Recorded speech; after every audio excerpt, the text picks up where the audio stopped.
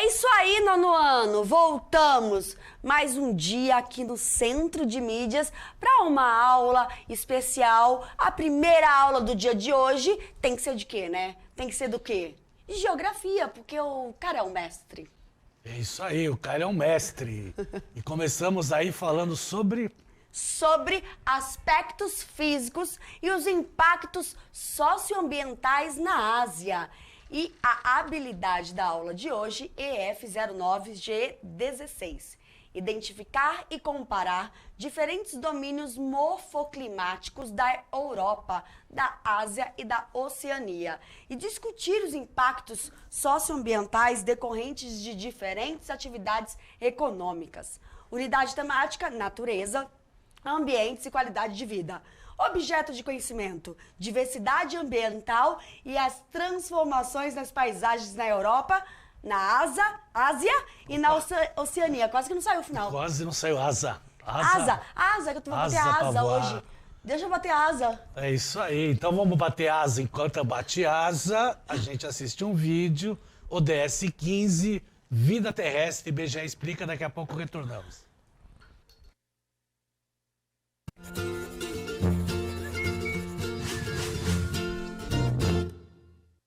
Olá! Sejam bem-vindos à série especial do IBGE Explica sobre os Objetivos de Desenvolvimento Sustentável. Hoje vamos falar do Objetivo 15, Vida Terrestre. De acordo com ele, temos que proteger, recuperar e promover o uso sustentável dos ecossistemas terrestres, gerir de forma sustentável as florestas, combater a desertificação, deter e reverter a degradação da terra e deter a perda de biodiversidade. Se o ODS 14 se referia à vida na água, restou ao ODS 15 tratar da vida terrestre. Embora seja a menor parte do planeta, o ambiente terrestre é aquele mais próximo de nós, seres humanos. Ele engloba os mais variados ambientes, desde coberturas vegetais a áreas urbanas. Contida na própria noção de ecossistema está a ideia de que ações danosas, geralmente provocadas pelo homem, podem causar um desequilíbrio que afeta toda uma estrutura maior. As florestas, por exemplo, são parte essencial do ecossistema terrestre. Cerca de 1 bilhão e 600 milhões de pessoas dependem delas para sua subsistência, incluindo aí cerca de 70 milhões de indígenas. As florestas são o lar de mais de 80% de todas as espécies terrestres de animais, plantas e insetos. Portanto, gerir as florestas de forma sustentável é também preservar a biodiversidade, que nada mais é do que o conjunto de todas as formas de vida. Isso é fundamental, visto que, embora a ciência tenha avançado bastante ao longo de nossa história, resta muito a ser explorado em termos de biodiversidade. Das mais de 80 mil espécies arbóreas, menos de 1% foram estudadas para a identificação de seu uso potencial. Os micro-organismos e os invertebrados, fundamentais para os serviços que a natureza pode oferecer aos humanos, têm suas contribuições ainda pouco conhecidas e raramente valorizadas. Existe, então, um enorme potencial de desenvolvimento de medicamentos, por exemplo. Mesmo assim, o desmatamento vem sendo uma constante. No continente americano, de acordo com dados da FAO, entre 2000 e 2010, mais de 40 mil quilômetros quadrados de floresta foram desmatados por ano, para dar lugar, principalmente, à lavoura. Com isso, o processo de extinção de espécies é agravado. Segundo a lista vermelha da União Internacional para a Conservação da Natureza e dos Recursos Naturais, em 2017, das 5.674 espécies de mamíferos pesquisadas, 1.204, ou cerca de 22%, eram consideradas ameaçadas. Além do mais, a substituição da cobertura vegetal pela lavoura pode resultar na degradação do solo. Estima-se que 52% das terras utilizadas para a agricultura são moderadamente ou severamente afetadas pela degradação do solo. Desde 2008, ela já afetou 1,5 bilhão de pessoas em todo o mundo. Os casos mais graves de degradação do solo são os de desertificação. A desertificação é definida como um processo de degradação ambiental causada nos espaços áridos, semiáridos e subúmidos secos, que compromete seriamente os sistemas produtivos dessas áreas. No Brasil, são 1.480 municípios suscetíveis a esse processo, que pode ser causado tanto pelo homem como pela própria natureza. Devido à seca e à desertificação, a cada ano são perdidos 12 milhões de hectares, ou 23 hectares por minuto, nos quais 20 milhões de toneladas de grãos poderiam ter sido cultivadas. Isso afeta principalmente as pessoas mais pobres. Para que esse e os demais desafios associados à vida terrestre sejam vencidos, o ODS 15 estabelece 12 metas, entre as quais: até 2020, promover a implementação da gestão sustentável de todos os tipos de florestas, deter o desmatamento, restaurar florestas degradadas e aumentar substancialmente o florestamento e o reflorestamento em escala global. Até 2030, combater a desertificação, restaurar a terra e o solo degradado, incluindo terrenos afetados pela desertificação, secas e inundações, e lutar para alcançar um mundo neutro em termos de degradação do solo. Tomar medidas urgentes e significativas para reduzir a degradação de habitats naturais, deter a perda de biodiversidade e, até 2020, proteger e evitar a extinção de espécies ameaçadas. Vamos então nos esforçar para atingir o objetivo 15. Ficamos por aqui. Gostou do vídeo? Então curta e compartilhe e nos ajude a disseminar essa importante agenda global. Até a próxima! É isso aí, né? A gente vê aí vida terrestre aí sendo um problema aí, tentando solucionar através das unidades de conservação, né? Utilizando aí reservas do meio ambiente, né? Mas a gente viu que a degradação é muito forte e os processos aí de desertificação no planeta, além de ter os processos naturais, também tem os problemas antrópicos. Então é interessante, né, trabalhar os ODS aí, que são 17 ODS. A gente já viu boa parte deles aí no decorrer do ano. Vamos lá entrar aí no mapa que eu sempre gosto de mostrar, que é o planisfério político aí do nosso planeta. Então tá aí, ó, nós vamos fazer aqui a localização do continente asiático. Então vamos lá, ó.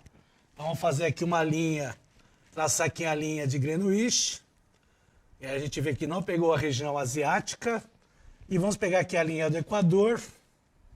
E a gente observa que o continente asiático fica totalmente no hemisfério leste, de longitude, e ele está tanto no hemisfério norte como no hemisfério sul por causa das ilhas da Indonésia, tá certo? Então, quando fazemos aí a localização da Ásia, basicamente a gente vê nessa relação aí, né, de ele estar aí no hemisfério leste, né, e hemisfério norte e sul, né? Então, quando a gente fica lá, é interessante observar essa localização, porque por causa das ilhas aí da Indonésia, né, de algumas ilhas, né, são mais de 1.500 ilhas que formam, né, a Indonésia, ela está lá também no hemisfério sul.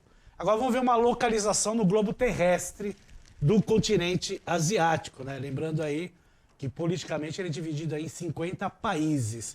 Então nós temos a localização aí no nosso globo terrestre, né? E veja aí que a região aí, ela tem uma área imensa, né? É o maior continente do planeta, são 44 milhões e meio de quilômetros quadrados, né? E tendo lá os 50 países, como eu informei para vocês, né? E o interessante é que vocês vão ver essa parte aqui, né? A gente está vendo essa parte aqui é a Europa. Opa, vamos lá na canetinha. Aqui é a Europa.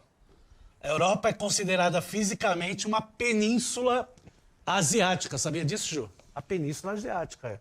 Então, nas aulas de geografia falavam muito disso, né? Por isso que você está aqui, ó, magnificamente. É, a Península Asiática nada mais é do que, né, um pedaço aí de terra aí que se estende aí para o oceano, né? Então ele tem a sua margem, tudo margeado em água, somente um trecho que não é, que é o que liga no continente asiático. Por isso que nós falamos que fisicamente a Europa é uma península asiática. Logicamente que politicamente são continentes diferentes, tá certo?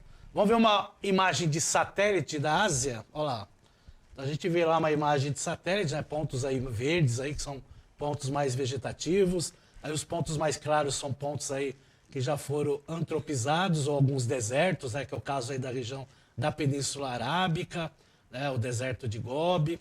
Então é a maior área territorial aí que nós temos, né? E temos o maior país do mundo aí, né? A China, com mais de 9 milhões e meio de quilômetros quadrados, né? E o país com menor território é as Ilhas Maldivas aí, né? Que nós temos aí em torno aí de 298 quilômetros quadrados e fica no Oceano Índico, né? Lembrando que o menor país do mundo, né, em território é o Vaticano. É, isso eu não sabia. É meio quilômetro quadrado, porque o Vaticano é um país Tem território, é país. Olha. Então, ele tem território, então ele é considerado um país, é o menor país do mundo, sabia? Vaticano, não. Agora sabia, agora sabe. Tá Agora eu vendo? sei, agora eu aprendi já.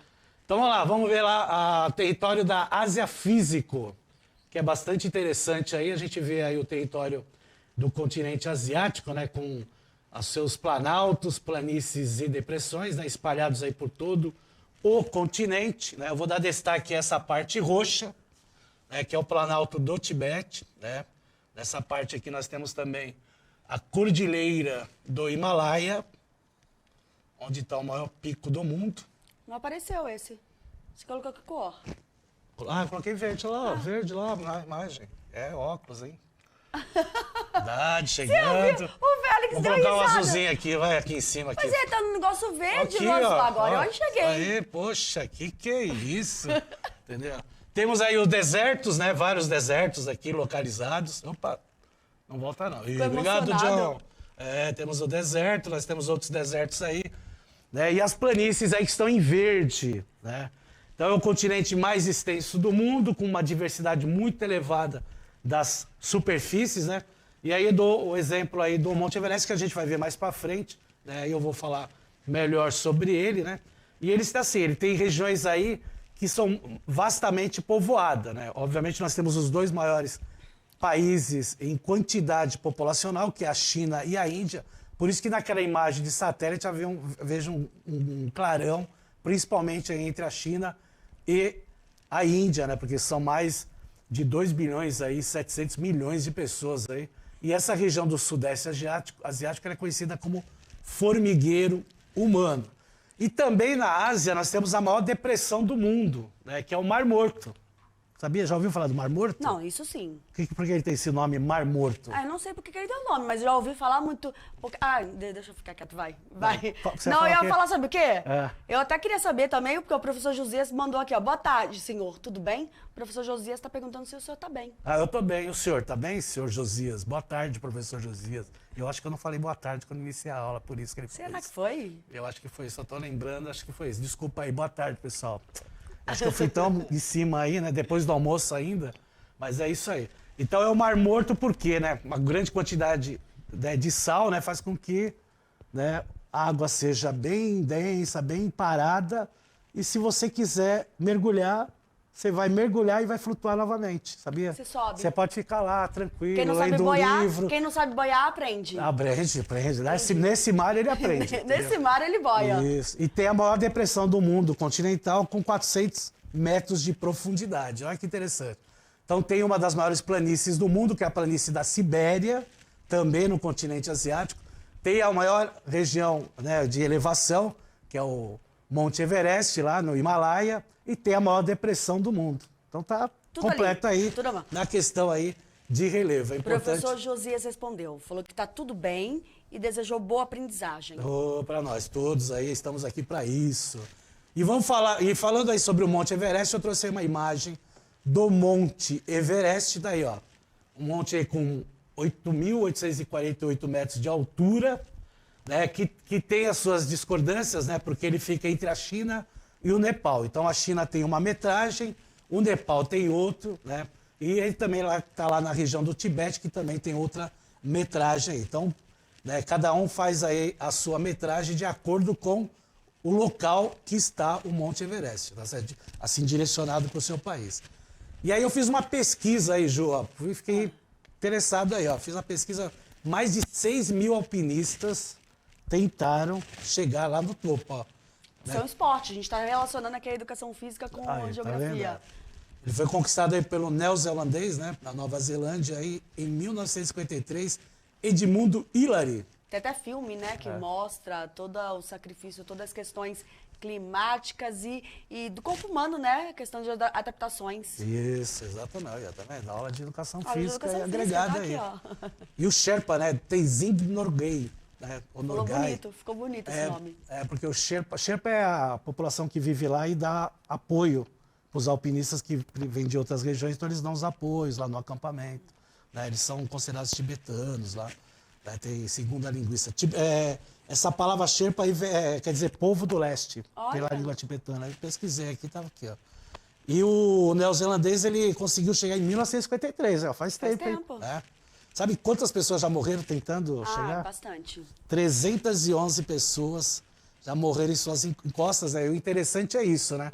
As pessoas morrem, né, e acabam ficando por lá mesmo, porque não tem como resgatar os corpos lá. E o interessante é que quando as pessoas vão indo lá, né, subindo, elas veem lá os corpos, como é muito frio, tá lá né, em estado... Imagina, eu acho que na hora eu desistia e descia. Só de olhar pro primeiro já voltava. Só olhar pro primeiro, pronto, acabou, vou embora. O interessante é que lá as condições lá são as piores possíveis, né? Então, e os treinamentos são bem difíceis. É um treinamento anaeróbio, treinamento para quem vai usar pouco oxigênio numa atividade física.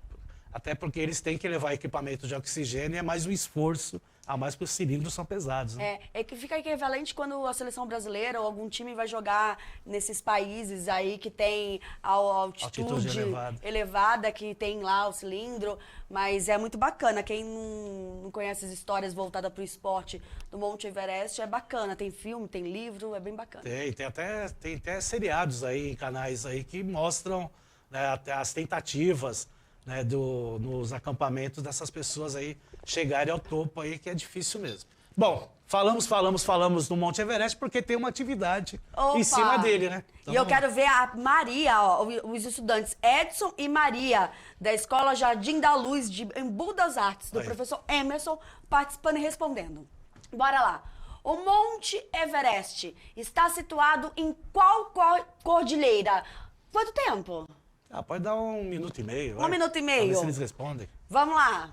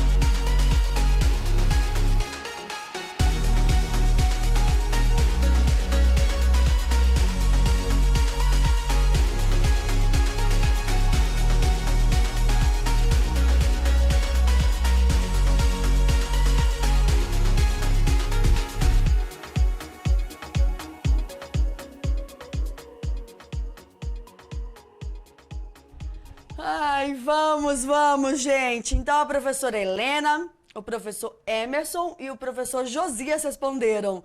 Cordilheira do Himalaia. Isso, muito bom, parabéns, é isso aí. Fica na Cordilheira do Himalaia.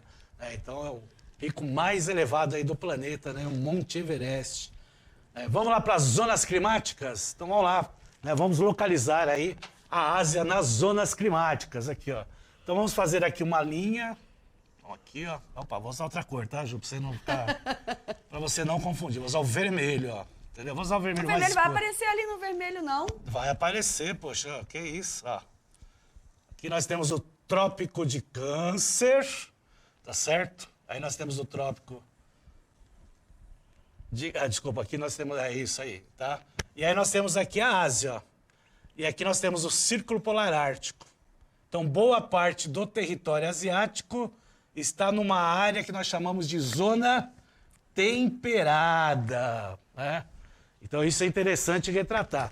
Então, logicamente, quando a gente pega aí uma região imensa com zona temperada, a tendência é que o clima e a vegetação sejam tendenciosas para partes mais temperadas, tá certo? E isso que é importante retratar, como a Europa está lá também, que a gente vê numa área temperada, e a América do Norte, em regiões que têm climas mais amenos do que, por exemplo, aqui no Brasil, que está boa parte na sua a região na zona intertropical ou na África, que a gente viu na aula do 8º ano. E falando sobre vegetação, tá aqui, ó.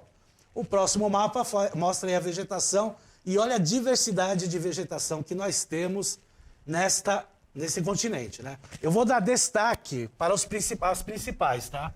Então eu vou dar aqui, ó, a tundra, que é a vegetação mais fria, né, já aí na região polar. Né? Nós temos as taigas, né, que também é conhecida aí como floresta boreal ou floresta de coníferas, né? Floresta de coníferas porque são os pinheiros, né? Ó, chegando o Natal, hein? Falar em pinheiros aí, ó, tá chegando o Natal. Outra que também é muito importante aí, tem destaque, são as estepes, também conhecidas aí como pradarias, que é muito parecida aí com os campos brasileiros aqui no sul, ou, para quem conhece melhor, o Pampa. Né? E aí nós temos aí os desertos áridos, então todas essas regiões aí que tem o destaque. Então uma variação de vegetação por causa principalmente da localidade da região aí do continente asiático, né, que está entre, né, o trópico de Câncer com a região do Ártico, por isso a diversificação também é para do território, né, uma extensão tanto latitudinal como uma extensão longitudinal, tá certo? E aí nós vamos ter aqui no próximo mapa uma paisagem que é a paisagem da Sibéria, as taigas.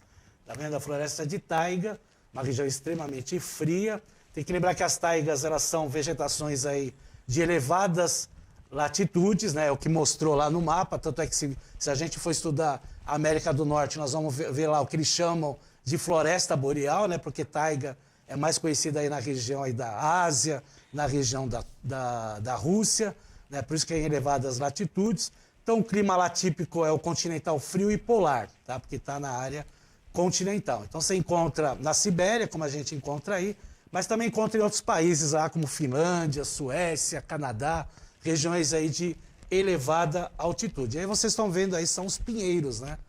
Tem as diferenças aí das taigas siberianas, né, com a floresta boreal, por exemplo, na região da América do Norte, né, na qual os pinheiros lá têm uma formação mais de coníferas. Por isso a denominação de coníferas, formato de Cone. Olha só, parabéns, é isso aí. Salva de palmas, estúdio, por favor, ajuda aí. Ó, Não, mas eu não ia falar alto, eu pensei, cone, porque eu tô prestando atenção na aula. É, isso aí, mas certo. Obrigada, demorou, obrigada. tudo bem, demorou, mas feio, né? Veio. Não, as importante. palmas eu tô falando. Você quer a minha resposta? Não, a sua porque resposta eu foi sabia rápida. se era pra responder alto, você viu que eu fiz assim, cone. Foi super rápida a sua resposta, parabéns, tá de parabéns, é cada vez melhor na aula de geografia. Vamos lá, o clima da Ásia. Vamos lá, o clima da Ásia também, ó. Pela sua extensão latitudinal e longitudinal, a gente tem uma diversificação do clima, né? Lógico que a gente vai dar destaque para o principal clima que nós temos nessa região, que são os climas temperados. Então você vai ter lá o clima temperado continental, que é mais na região central do continente. Nós vamos ter aí o clima oceânico, né, que está aí nas proximidades aí dos oceanos, né, tanto no Oceano Índico como no Oceano Pacífico, mas também tem climas aí que a gente denomina clima subtropical, clima equatorial, né? Tem os climas desérticos.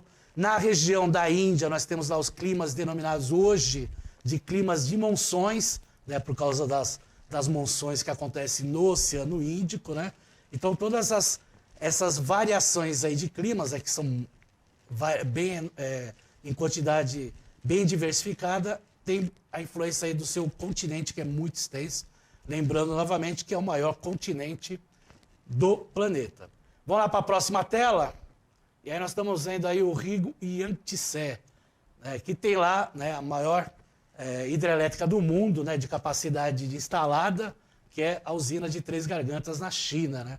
O rio Yangtze também é conhecido como Rio Azul.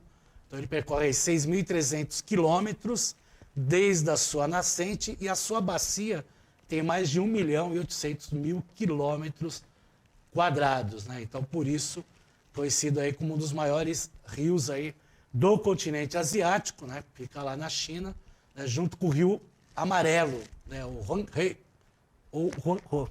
Nossa, gostei desses nomes. Eu fui treinando, né? Treinando até conseguir. Huanghe. Huanghe. Tá quase Daqui uns 2 meses eu tô falando mandarim. Aff. Vamos lá. Mapa das bacias hidrográficas aí já da região da Índia, aí, ó. Do rio Ganges, Brahmaputra e Meghna. O rio Ganges, a gente sabe aí, é o maior rio, né, da região da Índia, né? Ele é um rio considerado até de sagrado, né, pelos seguidores do hinduísmo. Então, o rio Ganges fica aí na bacia hidrográfica do Ganges, né, e tem lá o seu trajeto de em torno aí de 2.500 quilômetros, né, que a sua nascente fica na cordilheira do Himalaia. Tá? E aí nós temos as outras bacias de menor porte. E para finalizar, que a aula já está acabando, por isso que a gente está dando uma corridinha aí, emissão de dióxido de carbono. E aí eu vou dar destaque para a Rússia e para a China, né? A Rússia, porque tem seu território na Ásia, né? A parte siberiana, porque eles usam muito, né, combustível fóssil para gerar energia. Então a sua matriz energética aí vem principalmente do carvão mineral e do gás natural, porque eles são um dos maiores produtores desse tipo de combustível fóssil, né? E destaque aí para a Rússia, que também tem lá o petróleo como um dos países que mais produzem, né, combustível fóssil. Certo? Obrigado, Ju. Coração pra quem? Coração pro Marcelo. Marcelo que tá... Marcelo, você tá comendo? Não, né? Hoje não, né? Tá comendo bacon lá, ó. Tô vendo lá, ó. Tchau, tchau. gente. Até mais.